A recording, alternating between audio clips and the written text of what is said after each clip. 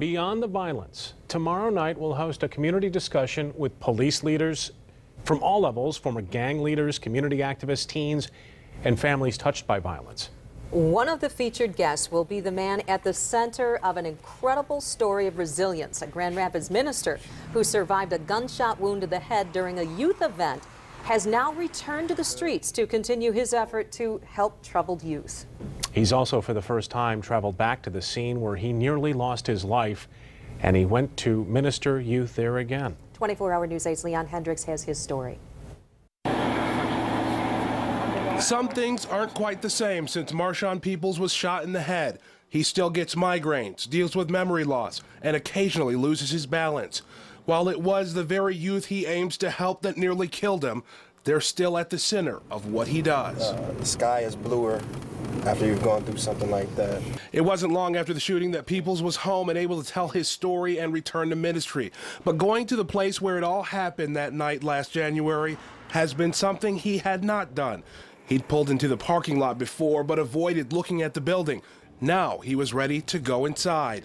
Despite his traumatic injury, he remembers the day he was shot very clearly. January 6, 2012. Everything was going fine at first. It happened at the Streams of Hope Ministry building in Kentwood, where students had gathered for a safe evening of fun. Then a group of unknown troublemakers showed up. After MarShon Peoples confronted them and refused to let them in, they fired shots, round after round after round.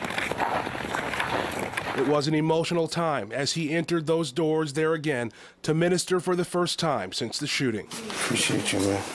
Police found 33 shell casings on these premises. He again shared his message with those who need to hear it, complete now with personal experience and proof as he passed around the bullet that had been lodged in his head.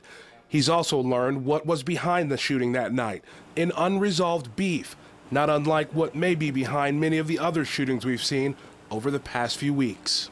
That's what happened that day. It was something that was going back and forth way too many times. And they was coming to get somebody. Peoples likely saved a life that night, maybe many, as he stepped out to confront those looking for trouble and nearly was killed himself. He now implores troubled youth to do the same for themselves.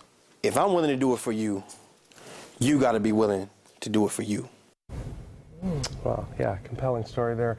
And one of the things people says is that going back, you know, this time wasn't just about the youth. It was actually an important part of the healing process for him, too. Yeah, strong message. Did he ever get a chance to talk to the person that shot him? That's right, yeah, he says he did. He says that he's forgiven him. They had a talk. They said the young man was apologetic. He's already been sentenced now to 5 to 20 years behind bars. He says he's actually working to kind of petition the judge to see if he can get that sentence reduced, because this young man that shot him has a young baby at home. So that bullet is a souvenir you don't want. Right, absolutely. That's the message he's trying to send to the youth. He'll be here tomorrow night for our town hall. Absolutely. He's here right now, actually, too. Thanks, Leon.